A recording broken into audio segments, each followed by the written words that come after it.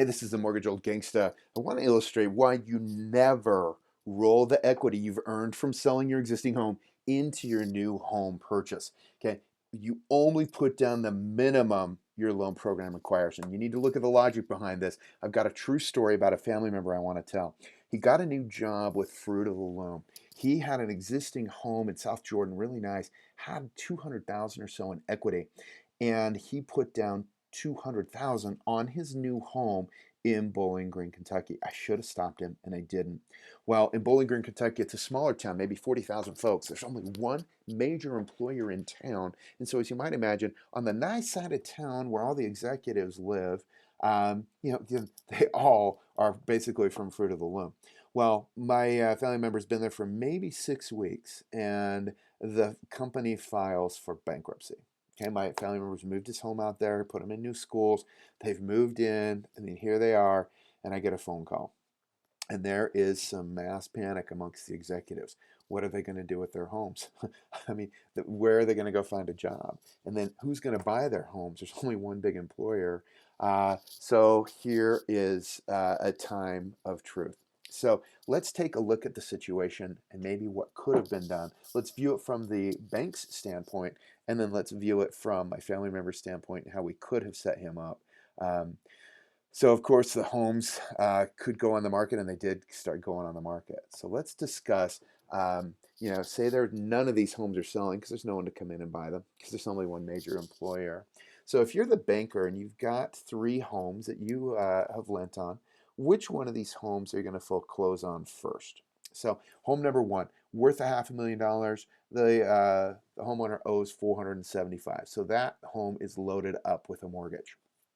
Homeowner number two down here in the middle, it's worth a $500,000, and he rolled his equity into this new home as much as you'd think you should. He only owes 195,000, so there's $300,000 in equity here.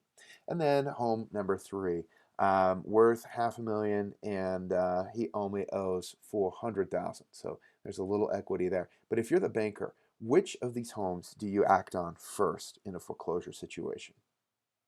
The home with that's all loaded up with a mortgage that you're not going to be able to sell for a profit, the home that has all kinds of room to sell easily in a short sale foreclosure situation, or number three, a home with $100,000 in equity. And so for me, if I'm the banker, I'm going after number two here first because I can sell it at a discount, get my money out, and get going. Maybe turn a profit. Home number three, I would go after second because I might be able to get out of that one.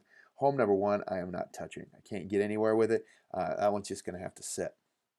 So let's evaluate your position as the homeowner. Okay, so if my relative would have only put down the minimum, maybe 5%, so he would have put down 25,000. He would have had a $175,000 pile of money still in the bank with access for him. So if he needed to ride this storm out when Fruit of the Loom reorganizes, maybe comes back, maybe these homes are on the market, homes are maybe taken back at foreclosure. How many payments could my family member have made to ride out the storm? I would say an awful lot with 175,000. Also, how does having cash, how does that improve the peace of mind for the family? Okay, again, if he can't get a job right away, or if he needs to move and put money down on another house somewhere else, or just rent, how does the cash make options for him? Okay, cash is king.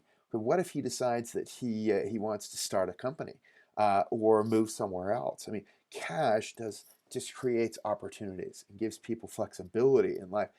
This is outstanding. Okay, what's the downside to putting down less? Is the house payment is a little bit more. So tap into your pile of $175,000, but that is a price well worth paying. So you can have options and flexibility and peace of mind. Well, let's evaluate the bank's position. And my question is, why would you, as a home buyer, improve the bank's position at all? Why would you make it easy for them to foreclose on you? That's just crazy.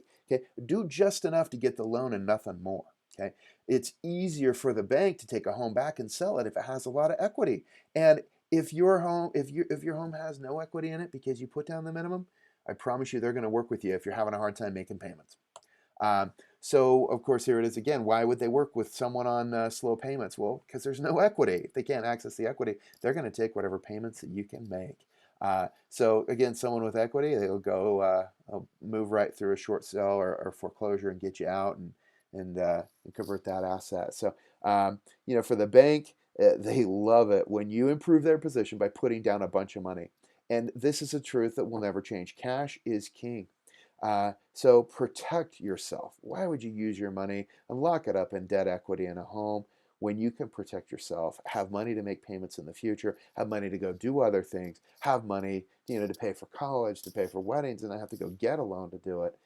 Man, just protect yourself. Not to mention the peace of mind that it brings that you could go a year without having a job.